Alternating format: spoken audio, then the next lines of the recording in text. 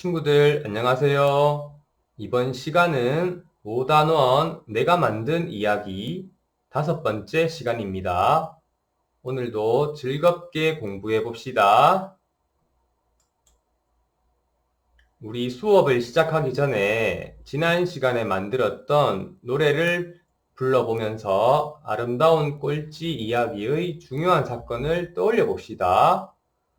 혹시 노래를 만들지 못한 친구들이 있다면 지난 시간에 어떤 공부를 했는지 다시 한번 떠올려 보도록 하세요.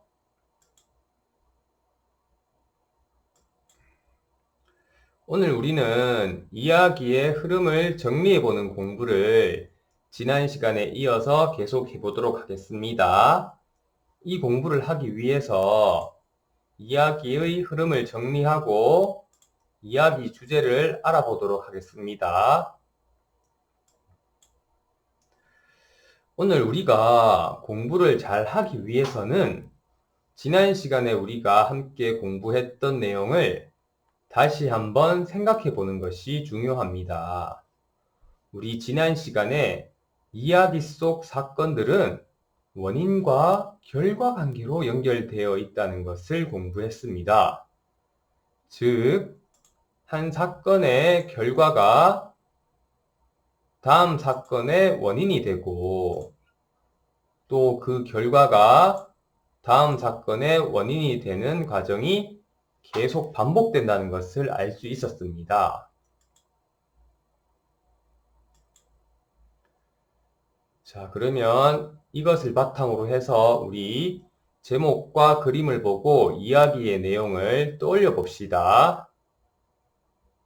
여러분들 지난 시간에 노래도 만들고 질문도 만들고 했던 것을 떠올리면 어떤 이야기였는지 잘 알 수 있겠죠? 자, 그럼 오늘 공부할 문제인 이야기의 흐름을 정리해 보도록 하겠습니다.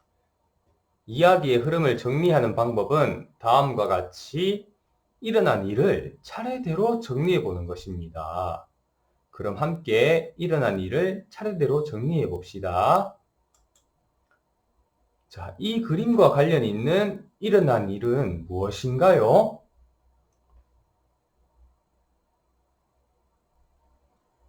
네, 마라톤 대회에 참가하려고 수연이가 달리기 연습을 했죠. 다음, 이 그림과 관련 있는 일어난 일은 무엇인가요?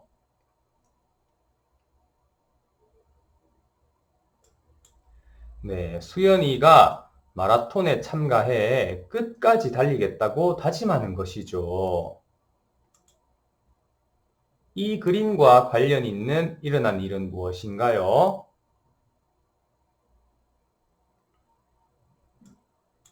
네, 힘들어서 달리기를 포기하려고 했을 때 자신의 뒤에서 꼴찌로 달리는 친구가 있다는 것을 알게 된 수연이가 힘을 얻어 결승점까지 달리는 것이죠. 이 그림과 관련 있는 일어난 일은 무엇인가요?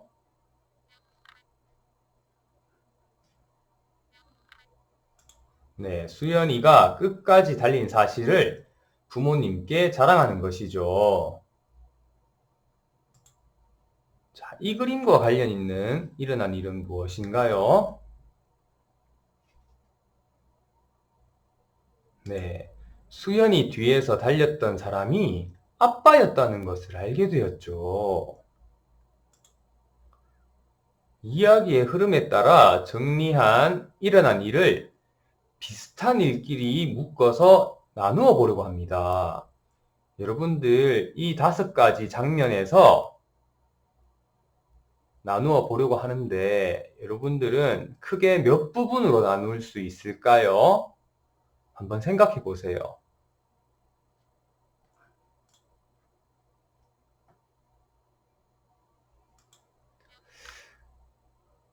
그럼 같이 한번 나누어 보겠습니다. 선생님은 일어난 일을 크게 3부분으로 나누었으면 좋겠습니다. 그래서 처음, 가운데, 끝 3부분으로 정리해 보았습니다. 같이 한번 확인해 볼까요? 처음은 1번 그림 내용이죠. 마라톤 대회에 참가하려고 수연이는 달리기 연습을 한다. 그리고 가운데는 2번, 3번, 4번 그림 내용입니다. 수연이는 마라톤에 참가해 끝까지 달리겠다고 다짐한다. 힘들어서 달리기를 포기하려고 했을 때 자신의 뒤에서 꼴찌로 달리는 친구가 있다는 것을 알게 된 수연이는 힘을 얻어 결승점까지 달린다. 수연이는 끝까지 달린 사실을 부모님께 자랑한다. 끝은 5번 그림 내용으로 나누어 보았습니다. 수연이 뒤에서 달렸던 사람이 아빠였다는 것을 알게 된다. 이렇게 세 부분으로 나누어 보았어요. 여러분들도 잘 나누어 보았죠? 자, 그럼 지금까지 이야기의 흐름을 정리하는 방법을 알아보았습니다. 다시 한번 정리하면 일어난 일을 차례대로 정리한 후 처음, 가운데, 끝으로 나누면 되겠습니다. 여러분들 앞으로 이야기를 읽으면은 이야기의 흐름을 정리하는 이 두 가지 방법에 따라서 한번 정리해 보도록 하세요. 그러면 이야기를 더 잘 이해할 수 있을 거예요. 그럼 우리 이야기의 흐름을 정리해 봤으니까 이 이야기에 대한 생각이나 느낌을 한번 말해 봅시다. 어떤 생각이나 느낌이 들었나요? 한번 생각해 보세요. 우선 교과서에 보니까 제일 왼쪽의 친구는 이야기의 처음 부분에서 수연이가 열심히 달리기를 연습하는 모습이 보기 좋았어 라고 생각했죠. 그리고 두 번째 친구는 이야기의 가운데 부분에서 수연이가 달리기를 포기하려고 해서 안타까웠다고 했죠. 그리고 다음 친구는 이야기의 끝부분에서 꼴찌로 달렸던 사람이 수연이를 위해 함께 뛰었던 아빠였다는 이야기를 듣고 아빠의 사랑을 느낄 수 있었죠. 그리고 마지막 친구는 이야기의 가운데 부분에서 꼴찌로 들어올 친구에게 응원의 박수를 보내기 위해 마라톤이 끝난 뒤에도 기다린 수연이의 모습이 멋있었어 라고 생각할 수도 있습니다. 여러분들도 이 4명의 친구와 비슷하게 생각할 수도 있겠지만 또 다르게 생각할 수도 있겠죠. 다양한 생각이 나올 것이라고 생각합니다. 그럼 우리 이 아름다운 꼴찌 이야기의 주제가 무엇인지 한번 생각해 볼까요? 마지막 장면을 보고 이야기의 주제를 한번 생각해 봅시다. 그런데 주제에 대해서 간단하게 여러분들에게 설명하면 이야기에서 나타내려고 하는 생각을 말합니다. 그래서 주제를 찾을 때는 제목, 인물의 말이나 행동, 일어난 일 따위를 살펴보면 쉽게 찾을 수 있습니다. 그럼 마지막 장면의 그림과 글을 읽고 주제를 찾아보세요. 마지막 장면의 그림이죠. 그리고 글입니다. 글을 같이 한번 읽어볼까요? 수연이의 두 볼에 주르륵 눈물이 흘렀습니다. 꼴찌로 달리며 수연이에게 안도감을 주고 싶었던 아빠의 마음이 수연이에게도 고스란히 전해졌습니다. 그날 아빠가 흘린 땀은 수연이가 힘겨울 때마다 힘이 되고 격려가 되는 징검다리가 될 것입니다. 자, 이것을 보았을 때 이 글의 주제는 무엇일까요? 자, 주제가 무엇인지 같이 한번 확인해 봅시다. 우선 우리가 조금 전에 주제를 찾기 위해서는 이야기의 제목이 무엇을 뜻하는지 생각해 봐야 된다고 했죠. 아름다운 꼴찌는 아들에게 용기를 주기 위해 약한 몸으로 마라톤에서 꼴찌를 한 아버지의 사랑이 아름답기 때문에 붙인 제목이다. 이렇게 생각해 볼 수도 있고, 두 번째, 친구들의 놀림이 두려워 마라톤을 겁냈지만 끝까지 완주한 수연이는 비록 꼴찌를 했더라도 아름다운 꼴찌라고 할 수 있습니다. 라고 생각할 수도 있겠죠. 그럼 다음으로 주제를 찾기 위해서 인물의 말이나 행동, 일어난 일을 살펴보겠습니다.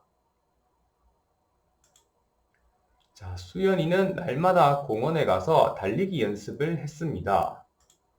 이제 거의 다 왔어. 나도 조금만 더 힘을 내자. 숨이 턱까지 차오르고 땀이 비오듯 흘렀지만 마지막까지 온 힘을 다해 뛰기로 마음먹었습니다. 내 뒤에서 달려오던 친구가 없었다면 나도 중간에 포기하고 말았을 거예요. 이 말이나 행동, 일어난 일을 통해서 포기하지 않고 끝까지 노력하는 모습을 생각해 볼 수 있었습니다. 자, 그리고 당신도 몸이 약한데 수연이 뒤에서 함께 뛰다니. 자신 뒤에서 꼴찌로 달렸던 사람은 바로 아빠였던 것입니다.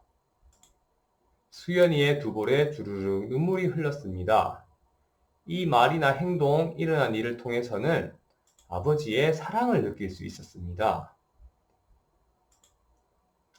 그렇다면 제목이 의미하는 것과 우리가 인물의 말이나 행동, 일어난 일을 살펴보았습니다. 이것들을 살펴보니 이 글의 주제는 무엇일 것 같나요? 네, 같이 한번 확인해 볼까요? 선생님은 포기하지 않고 끝까지 노력하는 모습의 아름다움을 말하는 것 같습니다. 또 한 가지를 더 찾으려고 한다면 아버지의 사랑을 말하는 것 같습니다. 자, 오늘 우리가 무슨 공부를 했나요? 네, 이야기의 흐름을 정리해보는 공부를 했습니다. 오늘의 공부를 하면서 알게 된 점과 다짐을 학습장에 정리해 봅시다. 자, 오늘 수업은 여기에서 마치겠습니다.